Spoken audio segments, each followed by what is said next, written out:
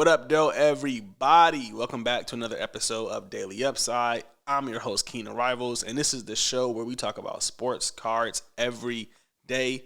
Getting a little bit of late start to this episode, and you might hear a little background noise. I had some family, emergencies this morning, and now they're doing construction outside. So if you hear it, I apologize, but there's nothing I can do about it. Just wanted to make sure I got this content out to you. If you guys haven't already, definitely like, subscribe, all that good stuff for the channel.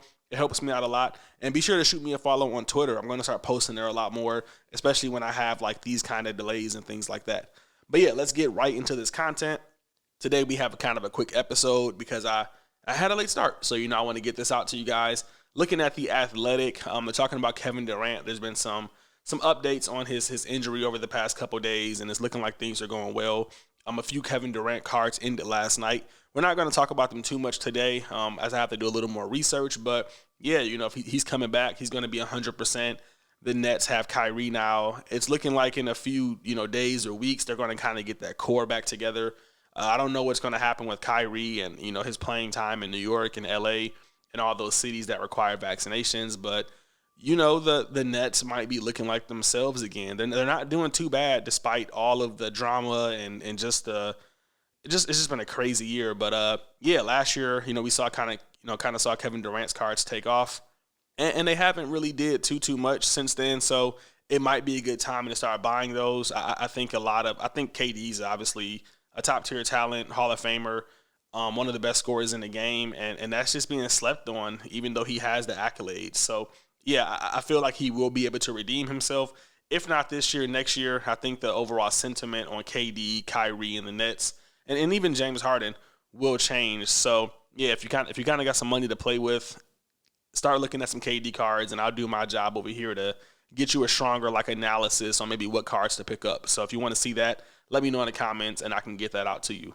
Moving on, they were talking about Ben Simmons. Apparently, there's some insiders that think the 76ers will get a deal done. I know my Detroit Pistons offered him Jeremy Grant and a first-round draft pick, and they kind of laughed at that. So they're still looking to get some real value for him. I don't know how this trade is going to go down, but if you're a gambler, you might want to start thinking about it. Do you want to invest in Ben Simmons if he goes to a top-tier team? Do you want to take a risk and guess who they're going to trade for him for? Because whoever goes to Philadelphia, if it's a good guy, like they're saying Damian Lillard, Bradley Beal, those kind of guys are are on the board maybe because they're looking to get traded. If any of those guys go to the Sixers, well, we're talking about a completely different team in the East, and they could do their thing over there. So if you're a gambler, you might want to start kind of looking at who do you think will go to the Sixers if they do make this trade, and maybe you can kind of pick their cards up early. Or, if you think Ben Simmons might get a spike if he goes to a top-tier team, then that could be beneficial as well. I don't know what team he would go to. Hopefully it would be in the East. But, yeah, his cards are pretty cheap right now, and it's not like Ben Simmons can't play or he's some super complicated player. This is he's sitting out this year. He's saying he's not playing for them. But outside of that, he hasn't had too many issues in the NBA, so I don't think this is going to be a pattern if he is. But yeah, his cards are super cheap right now. And if you guys want to see what Ben Simmons cards I would be looking at if I was buying him, then let me know. I'm kind of off the Ben Simmons train right now. I've been on and on that train a few times, and I'm done with that ride. But if you guys want to see it, then I will look into some of the data and let you guys know what I think the best value is for Ben Simmons cards. And let me know who you think he's going to get traded for. I want to see how many of you are right. So if you're on YouTube, drop that in the comments. If you're listening to the podcast version, when you get home, head to YouTube and drop it in the comments. Who do you think, what team do you think Ben Simmons will go to, and who do you think he'll be traded for? Moving on the NBA news, there was an article about Jonathan Kuminga. I'll keep this one short. It was saying Kuminga is going to start for the Warriors, and they're just kind of looking into the kid. He's a great player. He's a temporary starting power forward. These are the kind of plays that we want to look out for as investors, especially if you're a short-term investor. That's getting rarer in this space, but it does still happen. Kuminga could come out and just have some breakout games. He could pull off a Desmond Bane and, really start picking his value up. He can pull off a Darius Garland. I personally don't think it's going to happen, but I think it's important to share these kind of articles just because we have to be in that mindset when it comes to this space. I don't know if Gary Payton, has any cards, Gary Payton II or GP2, but I'm sure if he does, they went up in value. For me, Kuminga's a great power forward, great young talent. One thing I noticed is that when I watch the box scores, when I watch the games, he definitely doesn't pass the ball like Draymond Green. If they're going to have him start at power forward, if we want to see him like really take off, in this position, he's going to have to pass that ball more. So I'm not really bullish on Kuminga doing anything special, but I am bullish on us, taking advantage of these plays, looking at the market, looking at the depth charts, and trying to figure out if there's any room to make some money in there. So if the Golden State Warriors start playing well, if Kuminga starts dunking on people and putting up 15, 20 points per game, then you can bet some of those cards will take up in value. So if you're on Star Stock or if you're on some of those, sites where you can kind of flip without fees and stuff, he might be an interesting person to look into. Now, last night, I did send out my Upside Auctions newsletter. For those of you who don't know, I send this out every day. These are just some of my favorite plays in the space, and I wanted to kind of go over some of those auctions before we ended this video. One in particular was the 2018-19 Panini Prism Green rookie card of Trae Young. This is the PSA 10. It sold for $315. I'm big on these green cards, guys. I know Prism isn't as attractive, but I've been trying to figure out, what sets do we want? What sets will be cool in the next 5 or 10 years? And I think that green set is going to be one of them. It isn't the prettiest. I know it isn't the prettiest, but it's honestly not that bad in person. And the Prism Green is one of the only sets that has been consistent amongst the entire, Prism lineup. The silver and the green have been the two that you can trace all the way back to 2012. So I think that's going to kind of give us some lineage. I think that's going to make it kind of exciting, and they're still relatively limited. So if you're into Prism and you can't afford the silvers or any of the other parallels, definitely pick up the green over the base, in my opinion. I think that green is going to play out well over the course of time. So just wanted to share that. Another Prism rookie that we have here is Ja Morant's Prism.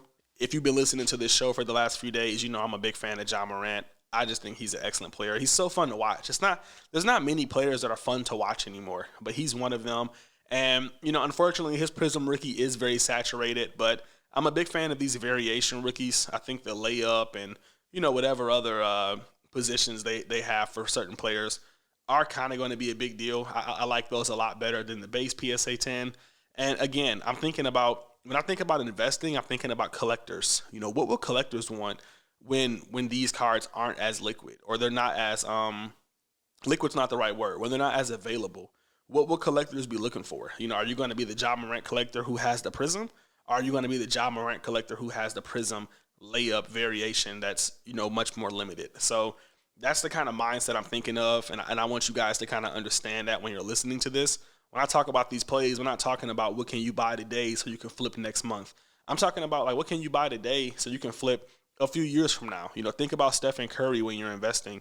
We look at Stephen Curry and we're excited about his Panini rookies. We're excited about any Stephen Curry rookie, to be honest. So the same thing is going to happen for these modern players, 5 or 10 years down the road. I know it's a long time to think, but that's how you have to think about any investment. The days of buying cards and flipping them next week are probably no longer here. So yeah, big on these variations. If you're into any of the rookies from the 2019 draft class, then I definitely recommend looking into those variation cards.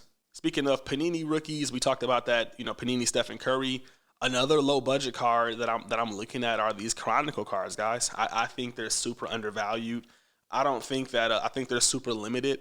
And I think when 5 years come down the road or 10 years come down the road, people are going to be looking for limited rookies, and these are going to be some of them. There's not too many of these out there. I mean, this one's a PSA 10. It has a little chip on it right there if you're watching this on YouTube. So, yeah, I mean, these are just incredibly hard to grade. People didn't take care of them.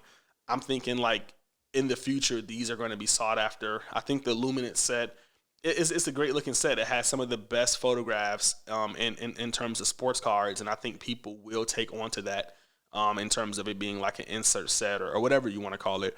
Really, really liking the Panini Luminance. I think it's a super cheap buy-in. I think it has great upside, especially if they continue to do it over the next 2 or 3 years or however long Panini has. If they continue to put amazing photographs and moments in there, then I think this set's going to do well. I don't really know what's going on with this Luka image. It's not the best, but yeah, I think for $85, that's a steal for a rookie of this magnitude with this low of a pop report. All right, so that's kind of it for the auction. Just wanted to shout that out. We got that Prism Green, we got that layup Ja Morant, and then we got this Luminance, which I think is a good value. I was talking to a friend recently, and we've been talking about some Prism Gold rookies. We've been trying to figure out like what are the best Panini cards to buy because there is going to be like a supply shock. There is going to be a little bit of nostalgia once this is all said and done, and we're thinking about it early. I know we got a few years, and we were talking about Prism Gold, and how people like aped into Topps Chrome once it kind of once we moved to Panini, and the Topps Chrome Gold refractors were numbered to 50, and they're highly sought after and they're highly rare.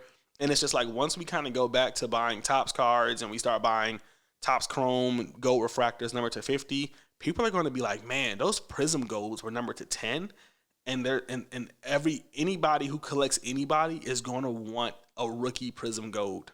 So yesterday, this Joe Burrow Prism Gold PSA 9 ended, and it sold for $45,000. Now, I'm not going to pretend like I know anything about football cards. I do like Joe Burrow. I do like watching him play. I do like watching the Bengals play. $45,000 seems insane for this card, but again, I don't know the market. So I just started to look like, what are gold cards going for, in basketball?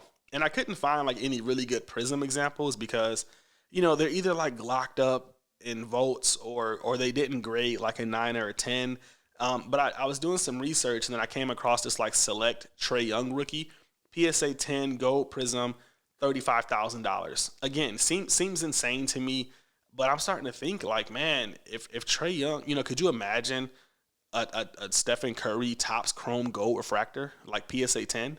Could you imagine if it was like numbered to 10? I think in like 5 or 10 years, man, these are going to be gold, no pun intended. I don't know if $35,000 is the right price point for this. I haven't done enough research to understand the gold market, but it's something that I will be doing over the next few weeks and reporting back to you guys. I got to get one of these. I don't know if it's going to be this particular card, if it's going to be of Trae Young, but I got to get a gold because I just think that they're going to be huge. They're going to be sought after. I mean, if this was Stephen Curry, this would be close to $1 million. You know what I mean? So just think about that when you're buying these players. If think about their future, think about how well they're going to perform, and how many collectors they're going to have. Collectors are the future of investing. We're not looking to like buy and flip anymore. We're looking to buy and sell to big time collectors. That's the future, either that or to like fractional investment sites. So that's the future of sports card investing, is getting in early and then liquidating it to somebody who's a big player. So yeah, select gold concourse number to 10, $35,000. I also came across this Mosaic autograph of Trae Young. Did I say Stephen Curry earlier? I don't know. I came across this Mosaic autograph of Trae Young. I'm not the biggest Mosaic fan, but I do think, they're kind of getting a little bit of buzz.